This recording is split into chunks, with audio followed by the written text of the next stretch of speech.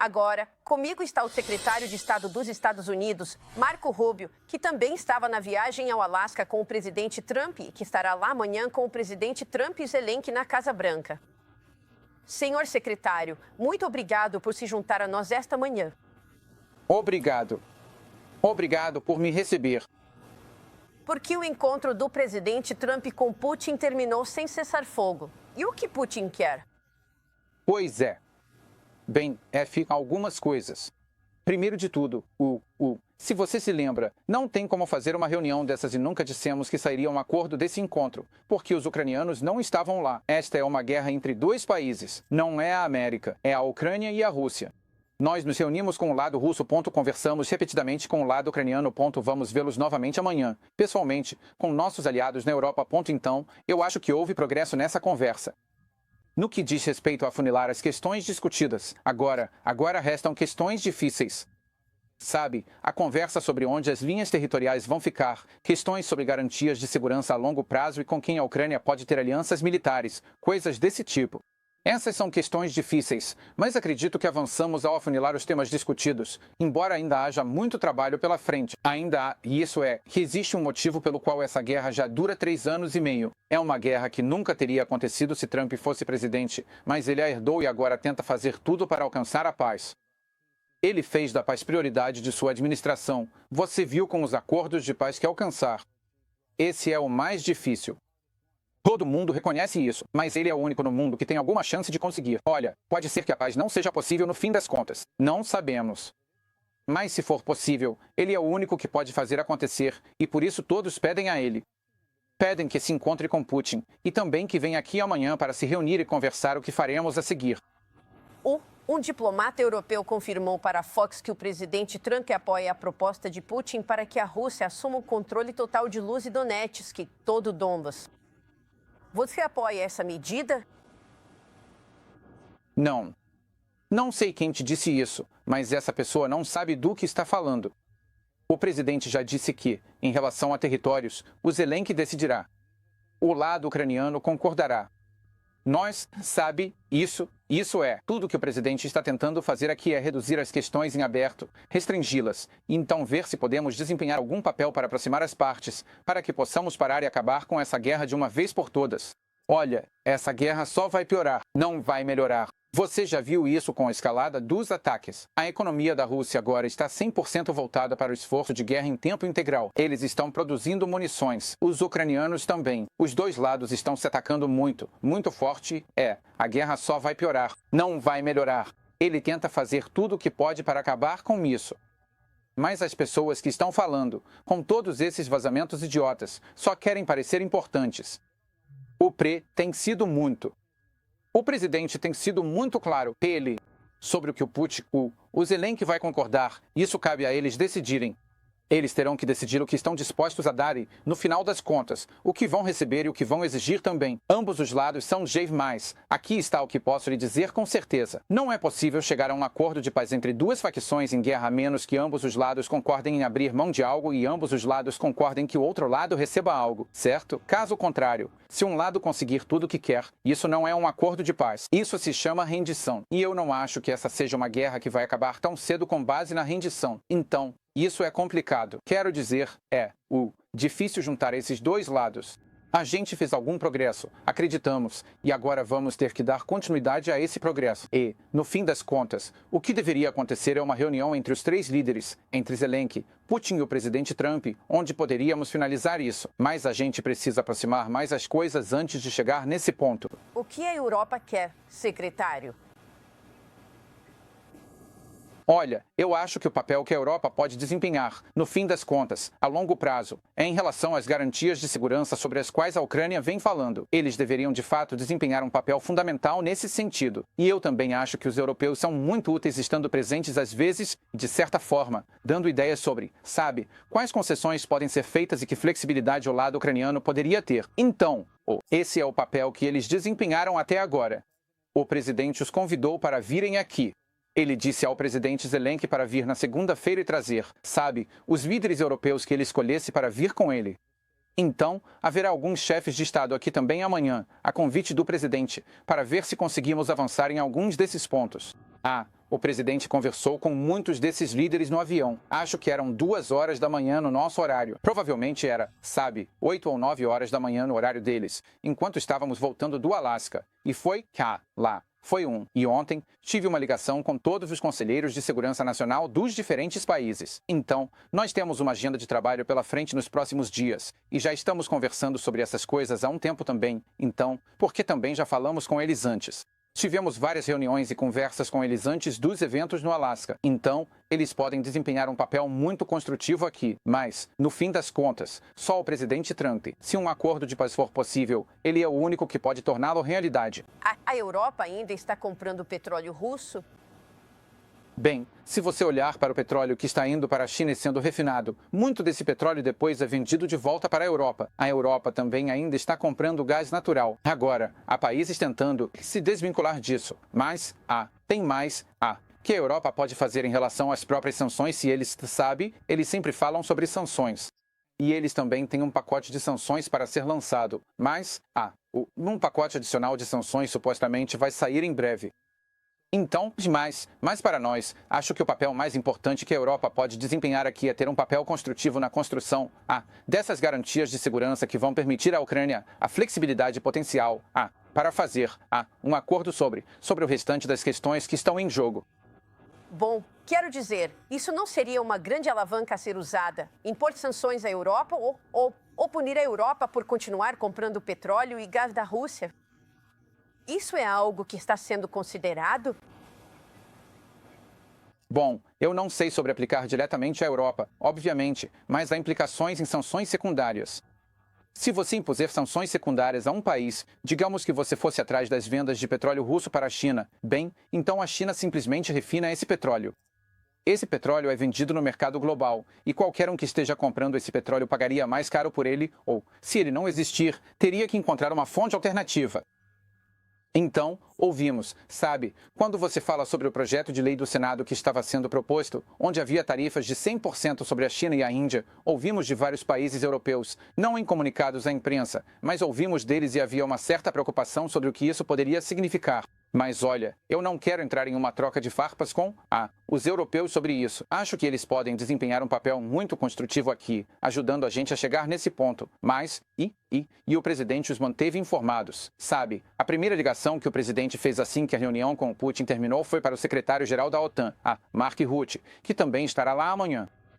Temos mantido contato com eles, repetidas vezes em relação a esse processo. Então, acho que o presidente fez um trabalho incrível aqui tentando aproximar as partes. Ainda há muito trabalho a ser feito, Você não tem um acordo, como o presidente diz, até que realmente tenha um acordo. Esse não é um acordo fácil. Essa não é uma guerra que começou sob o governo do presidente Trump. Não é, como você viu, reconhecido na coletiva de imprensa no Alasca. É uma guerra que não teria acontecido se o presidente Trump na Casa Branca. Ele herdou uma guerra de 3 anos e agora está tentando desfazê-la. Porque se isso desmoronar, a situação vai piorar muito e durar muito mais tempo. Milhares e milhares de pessoas a mais vão morrer e se ferir por causa disso. Ok.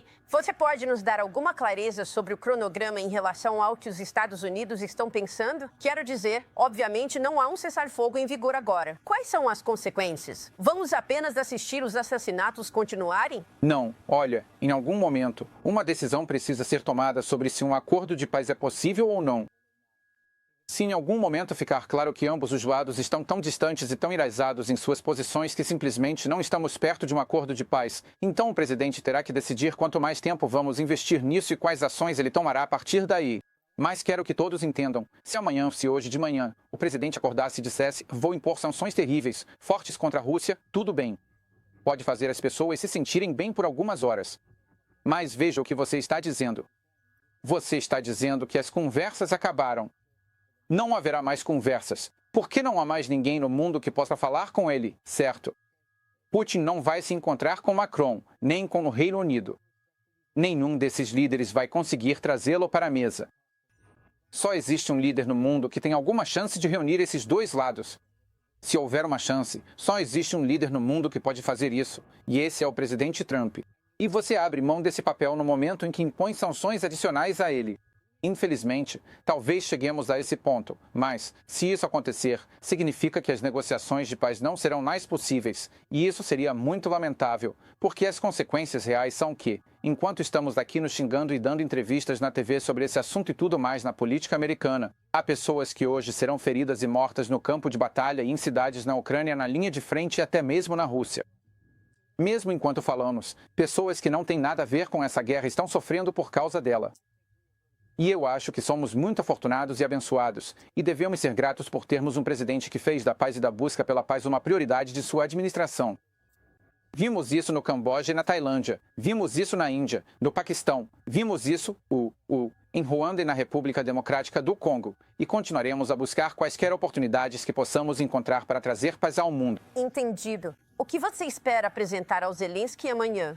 Bem, eu acho que as conversas de amanhã, em grande parte, vão girar em torno de quais são os tipos de garantias de segurança que a Ucrânia está buscando, porque o que a Ucrânia quer saber aqui é como. Ok, a guerra termina. Como garantimos que isso não aconteça de novo?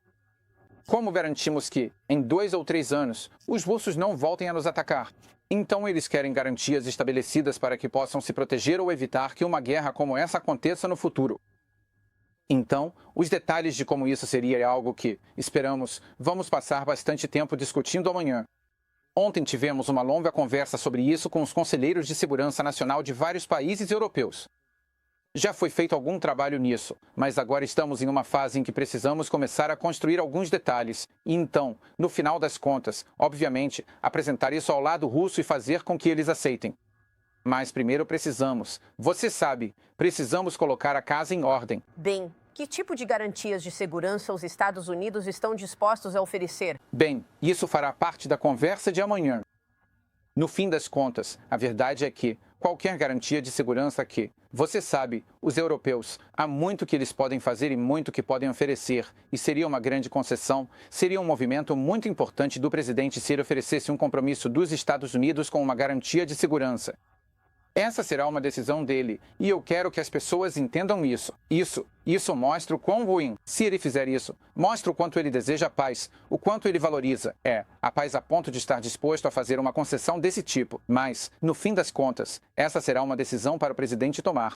É sobre isso que vamos conversar amanhã. Tenho certeza de que vamos passar 6, 7 horas conversando sobre essas questões, talvez até mais, e chegar a um ponto em que, teremos algo mais concreto. Nós já trabalhamos bastante nisso, mas ainda é preciso um pouco mais de trabalho antes de podermos dizer que temos um plano de garantias de segurança que nos una. Bem, que outras alavancas econômicas os Estados Unidos têm para usar aqui? Quero dizer, vocês têm as sanções secundárias e... você disse que talvez haja algo a ser feito com a China. E quanto a designar a Rússia como um Estado patrocinador do terrorismo, que é algo em que o Lindsey Graham tem trabalhado? Bem, essas designações podem ser úteis de vez em quando, mas neste caso específico, elas não vão mudar o rumo da guerra. Veja, os Estados Unidos podem infligir mais sofrimento à economia russa indo atrás do setor bancário, das empresas petrolíferas e coisas dessa natureza? Claro que poderíamos. Claro que podemos. E isso, infelizmente, sempre é uma opção. Mas só entenda, se chegarmos ao ponto de fazer isso, ok, pode até fazer as pessoas se sentirem bem e pode ter um impacto na Rússia a longo prazo, mas no curto prazo, o que isso significa é que as negociações acabaram, que a partir desse momento, basicamente ficaremos presos a mais 1 ano e meio ou 2 de guerra, de morte, de destruição. É isso que significa. Podemos chegar a esse ponto, infelizmente e tristemente, porque a paz não é possível, mas estamos tentando evitar chegar a esse ponto. Queremos dar todas as oportunidades possíveis para que os russos digam sim a algo com o qual a Ucrânia possa conviver. E é isso que estamos tentando fazer, e acho que o presidente merece muito crédito por querer fazer isso. Ninguém mais tentou fazer isso. Joe Biden não teria conseguido fazer isso. Nenhum líder no mundo faria isso. Ele não precisa. Olha, a guerra na Ucrânia recebe muita atenção e não estou dizendo que é algo irrelevante. É algo muito trágico que está acontecendo. Mas a vida nos Estados Unidos, no dia a dia, vai ser em grande parte não afetada, tenha ou não paz na Ucrânia. Isso é apenas um fato. Temos muitos problemas nos quais estamos focados, não só em casa, mas ao redor do mundo. Mas o fato de o presidente ter dedicado tanto tempo a uma guerra entre dois países em outro continente mostra o quanto ele valoriza a paz. E devemos ser muito gratos e agradecidos por termos um presidente que é um presidente da paz, que valoriza a paz e quer usar o poder do seu cargo para acabar com as guerras e prevenir novas. Mas não é verdade que os Estados Unidos são diretamente impactados por causa daquele acordo dos minerais de terras raras? Quão importante é esse acordo? E o Putin já afetou esse acordo ao bombardear a região? Bem, antes de tudo, esse acordo é importante, mas quero dizer, não é tão... Os Estados Unidos têm outras fontes de minerais de terras raras. Acho que esse acordo é muito importante para a Ucrânia, em termos de reconstrução e recuperação deles, e ter parceiros americanos em uma Ucrânia pós-guerra é de grande benefício para os ucranianos. Obviamente, também seria ótimo para nós, mas não acho que só isso justifique, sabe, a gente apoiar um esforço de guerra aqui. O que queremos fazer aqui é apoiar um esforço de paz. Queremos alcançar o fim de uma guerra. Então, não estou dizendo que nossos interesses na Ucrânia são zero. O que estou dizendo é que a quantidade de tempo e energia que este governo dedicou a essa guerra é algo que as pessoas deveriam comparar com algumas das outras questões que temos ao redor do mundo e que também merecem nossa atenção. E o presidente realmente merece muito crédito por dedicar tanto tempo e energia a algo que é extremamente difícil de encerrar. É uma guerra muito difícil de acabar. Os russos sentem muito fortemente que estão em vantagem, que estão avançando. Eles não sentem necessariamente pressão, e os ucranianos sentem muito fortemente que foram invadidos, que foram prejudicados, e que o que os russos fizeram é horrível e precisa ser parado. Então, ambos os lados estão bem entrincheirados. Você sabe, nós não temos sanções contra a Ucrânia. Temos sanções contra a Rússia. Nós não fornecemos armas para a Rússia. Nós fornecemos armas e assistência para a Ucrânia.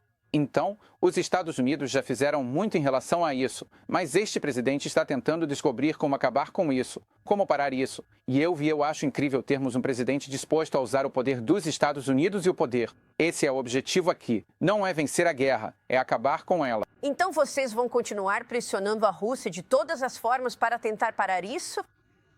Qual é o próximo ponto de pressão? Bem, para que haja um acordo de paz, os dois lados vão ter que fazer concessões. Então, obviamente, você sabe, o lado russo vai ter que ceder em algumas coisas. Você sabe, um lado não pode conseguir tudo o que quer. Sim, em uma negociação, um lado consegue tudo o que quer. Isso não é um acordo de paz. Isso é uma rendição. Esses são os termos da rendição. E não creio que veremos rendição de nenhum dos lados tão cedo. Então a realidade é que, para fazer um acordo de paz, a Ucrânia terá que aceitar coisas que não gosta e a Rússia terá que aceitar coisas que não gosta. E precisamos ser capazes de usar a influência da presidência para pressionar ambos os lados a fazer essas concessões. O Putin levantou um possível acordo nuclear com os Estados Unidos como parte disso? Não, as conversas foram quase exclusivamente, e eu diria, você sabe, 99% foram apenas sobre a guerra e sobre como acabar com ela e a perspectiva russa. E não, as pessoas não devem subestimar o valor de um encontro pessoal. Eles tiveram várias conversas por telefone, mas se encontraram pessoalmente. Realmente permite que você tenha uma melhor noção de quão fortemente um lado se sente em relação a certas questões. Nós nos encontramos com os ucranianos dezenas de vezes. É nosso primeiro encontro com o lado russo em termos do nível do presidente Putin. Você sabe, obviamente, sabe. Espero que da próxima vez que nos encontrarmos, seja porque o Zelensky está na sala e eles estão perto de finalizar um acordo de paz. Secretário, desejamos sucesso. Muito obrigado por estar aqui. Obrigado.